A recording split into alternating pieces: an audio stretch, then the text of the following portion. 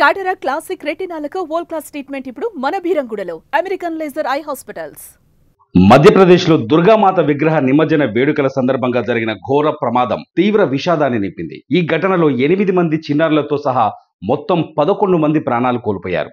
అలాగే ఈ ఘటనలో మరికొందరు గల్లంతయ్యారు. పండగ పూట జరిగిన ఈ దుర్ఘటనతో అక్కడ విషాద ఛాయలు అలుముకున్నాయి.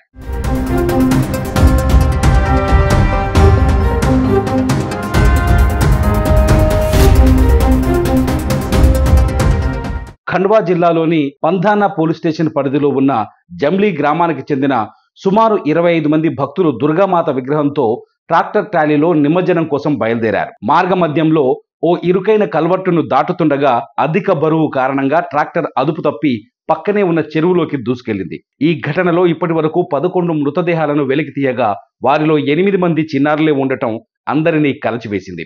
వెంటనే జిల్లా కలెక్టర్, ఎస్పీ, ఇతర ఉన్నతాధికారులు ఘటనా స్థలానికి చేరుకొని సహాయక చర్యలను పర్యవేక్షించారు. చెరువులో మునిగిపోయిన ట్రాలీని బయటకు తీసేందుకు ప్రొక్లైన్ను ఉపయోగించారు. గల్లంతైన వారి కోసం గజ ఈతగాళ్లతో గాలింపు చర్యలు ముమ్మరంగా కొనసాగిస్తున్నారు.